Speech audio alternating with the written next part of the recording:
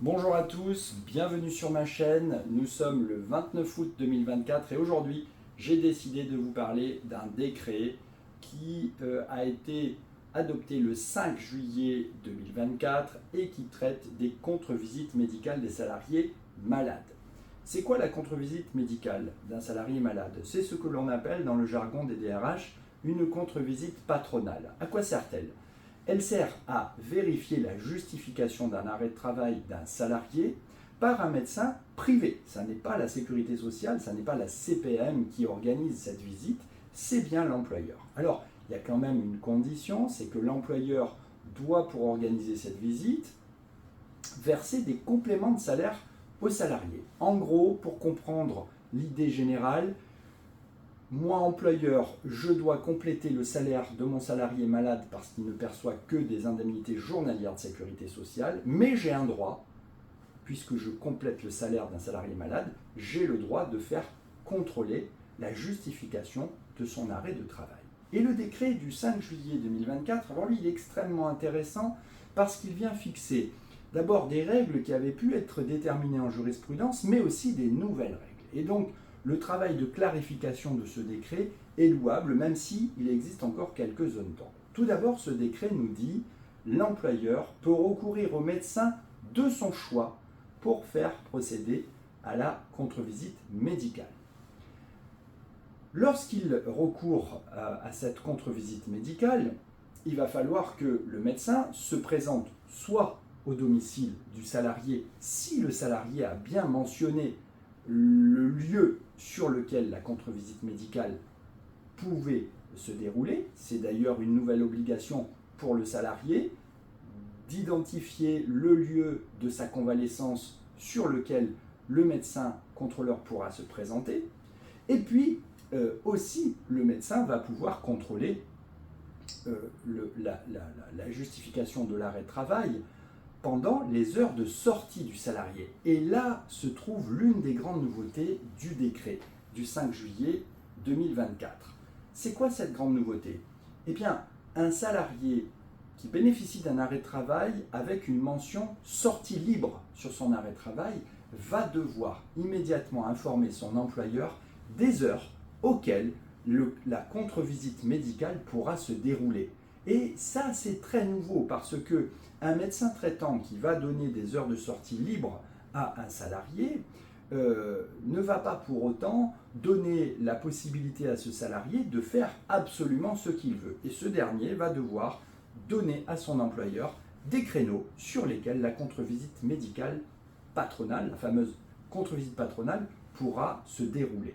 Alors, ce qui est intéressant aussi dans le décret du 5 juillet 2024, on voit bien que ce décret, il vient titiller la loyauté des salariés en arrêt de travail. Bien sûr, on peut être en arrêt de travail justifié, mais attention, si on est dans un arrêt de travail qu'on va qualifier de complaisant ou de abusif, eh bien, aujourd'hui, on a des outils plus importants pour venir contrecarrer les desseins, on va dire, déloyaux du salarié. Et en effet, le contrôleur médical, donc le médecin traitant, du choix de l'employeur, va pouvoir procéder à deux types de visites. Et là aussi, écoutez bien la suite car elle va intéresser les praticiens. Soit je fais une visite au domicile du salarié, mais c'est souvent très chronophage, les médecins sont peu enclins à faire ça, sachant que c'est souvent des médecins libéraux qui vont procéder à ces contre-visites, donc c'est assez fastidieux. Soit, et c'est la première fois que c'est réglementé, soit ils vont procéder à une visite du salarié en le convoquant dans leur cabinet. Et là, c'est ça qui est nouveau, parce que je pense qu'on va avoir beaucoup plus de contre-visites médicales organisées au cabinet du médecin contrôleur. Donc, on peut parfaitement imaginer qu'un salarié qui serait de bonne foi, qui serait dans un arrêt de travail justifié, va pouvoir se présenter au cabinet du médecin. Mais peut-être que les autres seront réticents à aller voir le médecin dans son cabinet et peut-être n'iront-ils pas. En tout cas, c'est une manière, à mon avis, de challenger la loyauté des salariés qui flirteraient avec la déloyauté. Si le salarié n'a pas un arrêt de travail justifié. Et ça, c'est le médecin contrôleur qui va nous le dire. Ou si le salarié ne se présente pas au cabinet médical du médecin contrôleur. La conséquence, elle va être immédiate. L'employeur aura le droit de suspendre tout de suite le maintien de salaire qu'il était obligé de concéder au salarié à partir du moment où celui-ci avait au moins 1 an d'ancienneté, nous dit le droit commun. Attention aux conventions collectives, il y a des conventions collectives qui peuvent être plus généreuses que le droit commun. Mais le droit commun, c'est j'ai 1 an d'ancienneté dans l'entreprise, je suis malade, mon employeur me doit un complément de salaire. Je ne rentre pas dans la mécanique juridique du complément de salaire, mais grosso modo, c'est ce que vous devez retenir. Donc la suspension, elle est immédiate et le salarié, il est informé immédiatement de cette suspension. Mais l'autre point, l'autre mécanisme qui est intéressant et qui va faire écho à une règle du Code de la sécurité sociale, et là-dessus aussi peut-être qu'il y a des progrès qui ont été faits sur le droit positif en matière d'arrêt de travail. Le médecin contrôleur, lui, il doit transmettre son rapport dans les 48 heures. Dans les 48 heures où il aura reçu le salarié, ou dans les 48 heures où la visite aurait dû se faire à son cabinet, ou dans les 48 heures où il conclut à l'absence de justification de l'arrêt de travail, il devra communiquer son dossier, son rapport à la sécurité sociale. Et donc, le service du contrôle médical de la CPAM, lui, à travers le médecin conseil de la CPAM, il a 2 obligations qui sont définies par l'article L315-1 du Code de la sécurité sociale. Soit il suspend immédiatement les indemnités journalières aux salariés, et le salarié dispose d'un délai de 10 jours francs pour demander à la caisse un réexamen de son dossier. Dans ce cas, le médecin conseil doit le recevoir dans les 4 jours à compter de la saisine du salarié, donc c'est assez rapide tout ça. Soit le médecin conseil décide de ne pas suspendre les indemnités journalières immédiatement, mais décide de procéder à un nouvel examen de la situation du salarié, soit par les services administratifs de la CPAM, soit par la convocation du salarié auprès du médecin conseil.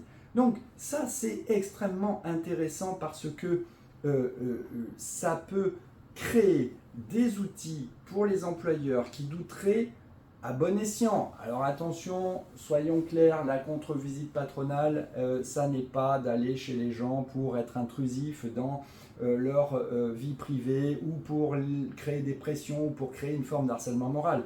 En général, les contre-visites, il faut être clair, elles vont être déclenchées sur la foi de rumeurs, sur la foi, voire même de dénonciations de collègues de travail qui viennent plus que mettre en doute la validité et la loyauté de l'arrêt de travail. Donc, moi je pense que ce décret du 5 juillet, il vient renouveler l'intérêt pour la contre-visite médicale patronale, et c'est pour ça qu'en cette rentrée, j'ai décidé de choisir la présentation de ce décret, bien qu'il y ait eu d'autres actualités juridiques qui étaient intéressantes en droit social, mais là, on a quelque chose de très pratico-pratique, quelque chose dont on peut se saisir. Et je pense que la communauté de travail elle-même n'est pas contre ces contre-visites lorsqu'elles sont menées à bon escient et de manière justifiée, parce que derrière, ce qui est en jeu lorsqu'il y a des abus, ce sont les conditions de travail des autres salariés, voire la vie économique de l'entreprise. Donc voilà, on donne un outil à l'entreprise pour qu'elle exerce un droit. L'employé n'a pas à mal prendre ce contrôle, surtout s'il est réellement malade. Au contraire, il doit comprendre que ce contrôle n'est pas fait pour le mettre en doute spécifiquement, mais pour vérifier la réalité, la véracité, la justification de son arrêt de travail. D'ailleurs, un médecin contrôleur qui vient justifier l'arrêt de travail d'un salarié, ça peut aussi permettre à l'employeur d'être rassuré sur la loyauté de ses salariés. Voilà, faites bon usage du décret du 5 juillet 2024, suivez bien les arrêts de travail de vos salariés, et puis on se donne rendez-vous à la prochaine présentation, car l'actualité, vous allez le voir, ne va pas manquer sur la fin de l'année 2024, avec